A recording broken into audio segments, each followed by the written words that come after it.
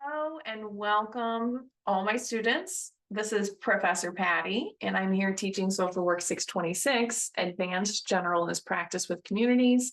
And today we are going over week 2 slides. So I'm going to pull those over. And I am a lecturer who really appreciates not having lots of words on my slides. I like to have images. I like to have some guiding principles. And I like to be pretty streamlined because the idea is you'll be taking notes and kind of filling in. So my preferred method of lecture is in class. And if I was with you today, I would be asking you all about your advanced generalist internships that you have that accompany this coursework. And I would be asking you about the kinds of assessment, engagement, evaluation, planning that you're engaging with individuals, families, groups, and communities. As it stands, I just have to kind of rely on the assessments you're turning in. And I have to do this, laughing at my own joke lecture thing. So here we go. Today we are in week 2, knowing your community. We have the Henderson and Thomas Skills in Neighborhood Work chapter that is your reading. Oh, that's Index of Family Relations, just kidding. This chapter actually opens upside down. Apologies from me on my upside down scanning. If you would like to read this in a digital format, this is our rotate counterclockwise button. And if you click it twice, this is what I do.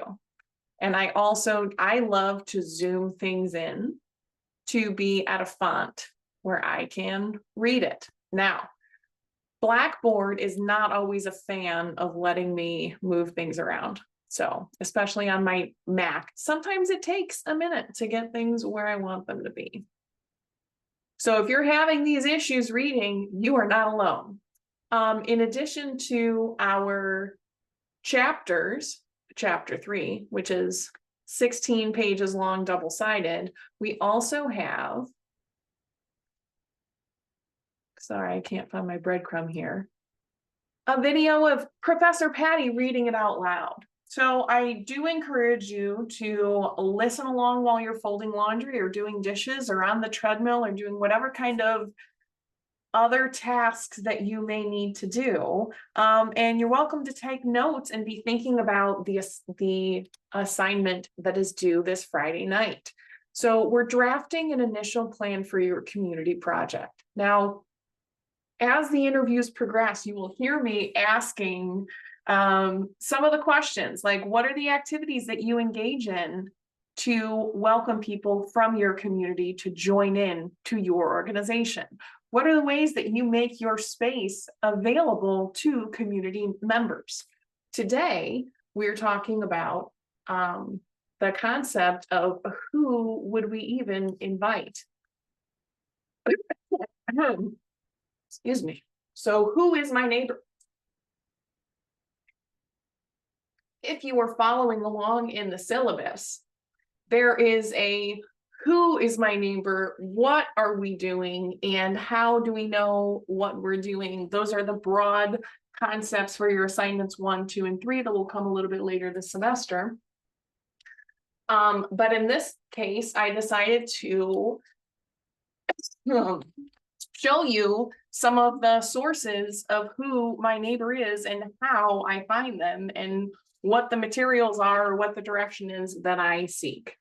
So who is my neighbor? This is actually a college campus, and it's the College of Mount St. Joseph.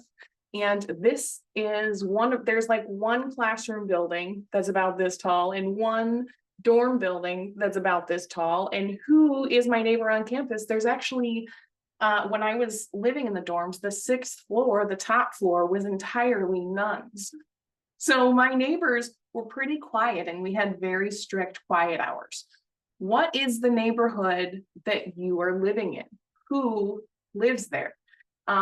What is the general population? Well, how are you going to find that out? You're going to look at your local news story. If you're living in Cleveland, this was put out by Axios Cleveland, and Sam Allard wrote an article, Cleveland to open temporary homeless shelter as freezing temperatures loom. So this is our NEOC executive director, Chris Nestrick, and Chris might be someone that I would want to interview and think, who are my neighbors? Who are my unhoused neighbors? Who are the people living outside who are at risk of freezing to death every year here in Cleveland? And I think NEOC does a phenomenal job of creating welcoming spaces and doing essential street outreach. But who are some other people who might be in at it?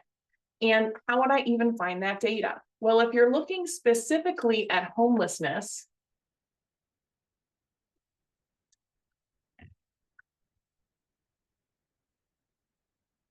there is a system called HMIS, which is the Homeless Management Information System. And this Homeless Management Information System, anybody who provides, oh, that was so scary, my whole screen went away. Anyone who provides homeless care services, either shelter services, outreach services, hospitality services, healthcare services, mostly the sheltering folks, have entered data daily into this HIMS system across the nation. So federally, locally, regionally, and by collaboration, we have a general idea of how many people are accessing the services, and that drives grant dollars. So when we're thinking about who is my neighbor, we want to include as many people as possible so that we can have fair and equitable federal representation. One of the other things we want to consider is, who do we invite to be on our panels? So NEOC, again, does a wonderful job of this, as does the Metanoia Project, and several of our faith-based communities who participate in sheltering, like Reverend Doug Horner, who I interviewed for one of our assessments, or for one of our interviews, does a lot of outreach, asking people, where should we open a warming center? How can people get there? And what are the places that are most accessible if you don't have a car and you don't have a bus pass? If you're looking to strictly define, I know HMIS was a great resource for homeless specific resources, but we also have, let me see if I can pull up the correct window. From our homepage at the very bottom, I include some good resources week to week. And if I include resources in a content folder, it will open and then close, and you will not have it. So resources for you to edit as needed. There are a lot of past and current links in here from weeks that have been really helpful. Today, we're looking at NEOCANDO, which is harnessing data for social good. So if you're somebody who does not work for a large organization, you do not work for an organization that has an HMIS login to be able to track data, or you're trying to develop an understanding of who it is, anyone can just use NEOCANDO. There's a great graphic here. Community members use this and the tools and data to understand neighborhood assets and challenges. So if you're building a SWOT of strengths, weaknesses, opportunities, and threats, we're going to look at collected data for that. Data access. They make it publicly accessible, or they have a publicly accessible data source, and you can contact them at the Poverty Center at case.edu to get some support in it. There's short-term data, there's longitudinal data, and let's look. Neighborhood strategy technology. So neighborhood strategy technology might be a great resource if you were applying for There was a recent grant for $350,000 in the greater Cleveland area for reimagined land zoning, which again, I have somebody who's going to talk about the land zoning for Estabrook and Michael J. Zone in Cleveland and how they got those zoned. And Reverend Doug Horner gave us a great example of how he had a projected parking lot in Ohio City zoned into green space. And so now the neighborhood would have to vote to have the zoning changed from green space to a parking lot, which has not happened yet. And Ohio City is a lovely neighborhood in terms of organization because they love to vote for things like no McDonald's in our neighborhood, and they've been pretty successful on it. So this is the neighborhood strategy that we might be talking about. If you're talking about grants for zoning for structures, but you can also look at, I do not have the latest version of Mozilla Firefox. If I was trying to work on specifically within the ward of the city of Cleveland, what kind of data could I look at? Well, I would want to look at the total population by gender, by race, ethnicity, by age,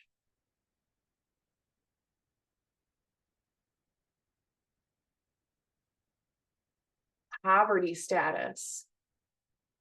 So let's look at the persons for whom poverty status was determined in just the city of Cleveland. Oh, let's look at children aged 0 to 17 living below the poverty area. Let's look at the map and see what it creates. So we can see that when we're using this data, it's digging through. This is not opening up a website. This is digging through actual data. So it can take a minute.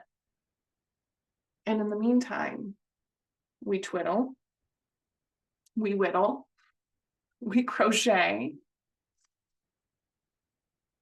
Please click Clear Map button and make selections again before creating another map. Do I dare? I double clicked. We're going to let it think and we're going to go back. So we have some tools to see who my neighbor might be if I'm looking for those children's. Defining our neighborhood and our community. When we're looking at our assignment 1, I do often hear people talk about streets as borders to their neighborhood. I hear people talk about bus lines that come in and out. I hear people talk about accessible foot traffic and food deserts. So talk with me about who the neighbors are, but also what the hood is. And we have some things later in assignment 1, but I would like you to be thinking about these things. What are the patterns of group communication? That's going to determine your assessment process. I can tell you in the city of Barnesville, there are multiple groups that are communicating, and I haven't been working there for 25 years. So I'm working in rural Ohio. I've been working in urban Ohio. I've been working in a few different cities in Ohio. But so I know specific group communications as I work there and I'm more familiar. But not knowing who to ask and not knowing which groups I might come across, I ended up coming across a lot of genealogy sites. That this is the Belmont County chapter of the Ohio Genealogical Society, and there's groups that meet who talk about the genealogy of areas. And one of my interviewees had a long, extensive interview about her experiences in a children's home. And I know I have a family member or 2 family members who interviewed with Beechbrook, who were placed in Beechbrook in the 1920s and 30s. So who are the groups and how do those groups communicate? Because this person was not going to be on a website for me to contact, right? But she is an institutional figure in her community. So how do I access her? Well, I have to look at informal power sources within that community. And informal power sources mean I go to a lot of community meetings. I eat a lot of really great church food. I eat a lot of really great town hall food. And I listen to who everybody thinks that I should interview. Who everyone thinks I should interview also involves a different person who's been in Barnesville who loaned me their personal copy. It's inscribed. In 1943, this book was a gift. So I have to be very ginger with it. This is a personal collection. The story of Barnesville, Ohio from 1808 to 1940. So I've got some great limited, and it states right in the beginning what the limits are to this regional data that people have collected. But when I talk to different change makers in the region, they talk about this book and they tell me to talk to the person who lent me this book. So if we have a group that communicates and keeps sending you back to the leader, that is a method of communication. There are pros and cons to every method of communication. So we're engaging with this community. We're not trying to do it the perfect way. We're just trying to describe the way that we did it so that we are acknowledging the pros and cons of the kinds of communication we're engaging in. Because it's better to engage in group communication than it is for me to run a data map. I don't know which window it's in, a data map here that may or may not come up. I'm clearing my map. We're starting over again. We'll do another one with results and I'll post it. How do I find what I need? I love this picture because it's a picture of the Barnesville Enterprise newspaper that is no longer functional. And I love that you can see someone reflected in it. Because that's really what we want, is we want to see the outline of the people who are participating in the institutions, the groups, the families, and the communities that we're working in, because there should always be a fingerprint. And that fingerprint tells us who feels welcome, who feels voiceless, who the group feels has some unearned benefits. And you will hear about those things from the people that you're talking with in your communities. What is a neighborhood?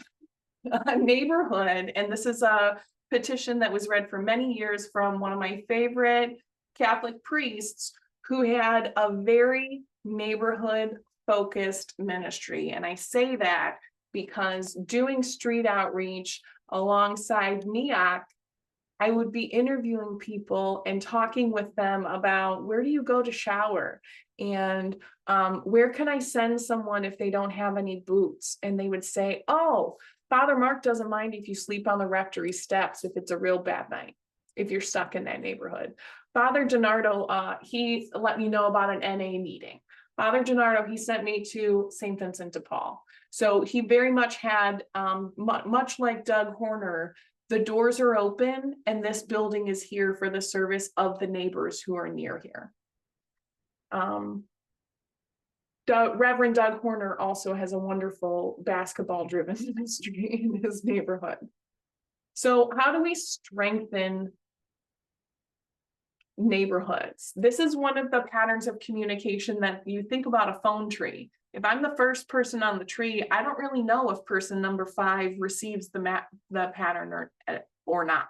So this is a great way of dividing labor because nobody feels like they're doing everything. And there is a finite or a binary response. Someone calls me, I know my next step is to call the next person and relay it. Neighborhoods are strengthened along then snowball sampling chains. So if this is the person who always calls me, I always get their version of the telephone game. And the next person always gets my version. of the telephone game. So it's effective, and it's kind of natural for humans in a larger society, but it doesn't bring that same cohesion as a circle pattern where people are communicating back and forth and deferring to a leader. This week in our community engagement process, we're going to talk about the competencies, your social work competencies 1 through 9 of ethics and DEI initiatives, and including a diversity of thinking, and hopefully a diversity of class, a diversity of working class people, retired people. You can interview children if you're doing a community group. I would expect you to be telling me, here are the additional measures I'm taking to work with minors. But think about the resources that you will need. Will you need NEOCANDO? Will you need HMIS? Are you going to need your library's genealogy society? Will you need to do a survey? Do you need to talk to your development person? The development people in most organizations say the same thing. Everyone just wants a minute to pick my brain, right? Ask for it. Ask for it. See if you can get on a committee. See if you can get on a committee with that person and include it as part of your internship hours. I have learned more from free committee work and unpaid donated work than I really have learned through most of my master's program. This is an informal assignment. Look at the tone of the conversations that I've had with people who are literal experts. And I say, what is it that you've done? And they're like, I listen. What are the activities? Food helps. Having a plan in place for how I'm going to address common ground, and how I'm going to address disruptive issues, and how I'm going to address distressed persons. These are all a part of how we're going to measure our effectiveness. Maybe, like in my case, my measure of effectiveness is I was invited to be a part of a depot committee to do some restorative work in Barnesville. And the first meeting, they said, we didn't know anyone would come. We thought it would be the 3 of us running the meeting. We weren't expecting an additional 20 people. So, wow, one of the things that we are measuring is that we have a lot of interest. So how do we measure that then long term?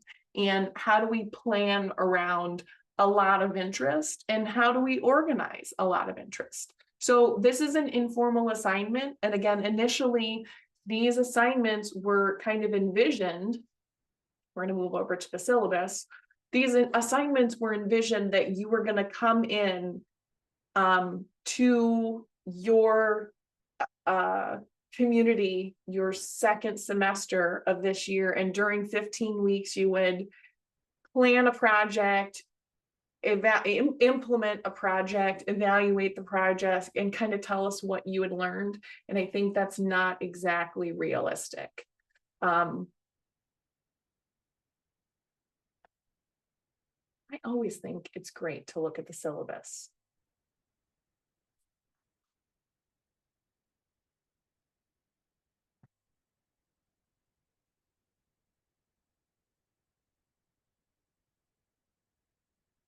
And I look at the syllabus, that's a horse of a different color. Okay.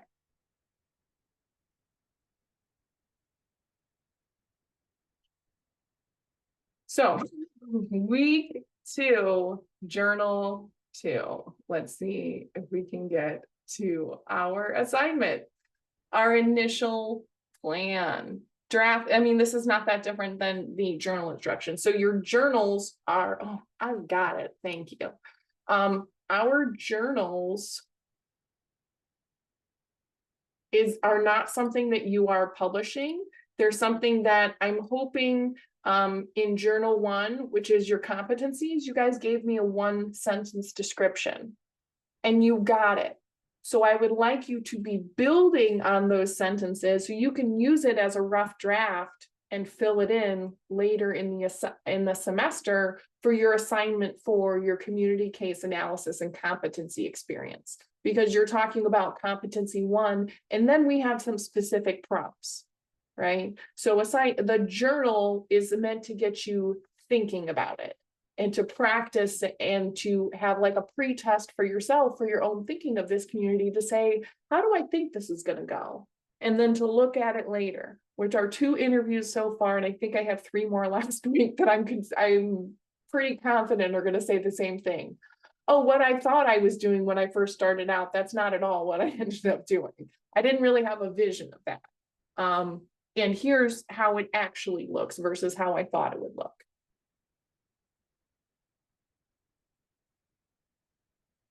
You are not, this is not your fully formed, agreed upon course of action. So in this journal strategy formation, you're doing your initial assessment, you're doing your strategy formation, you've got another journal, and then you'll be doing week 1, and then you're going to meet with me. So you'll have some thoughts, you'll have some starts and stops, you'll be thinking about who you're going to meet with, learning about new people, and then you're going to have a one-on-one meeting with me, and we'll talk about the viability of your plan. And I'm happy to introduce you to people in your area, in your specific population or interest, if I know any of them. So this is your lecture for this week. I hope that you've enjoyed it. I haven't gotten many emails, but feel free to if you need anything, and I will see you soon. This is Patricia Napolitano, owner and operator of Wellness Cleveland, your professor Patti, and I'll be seeing you next week.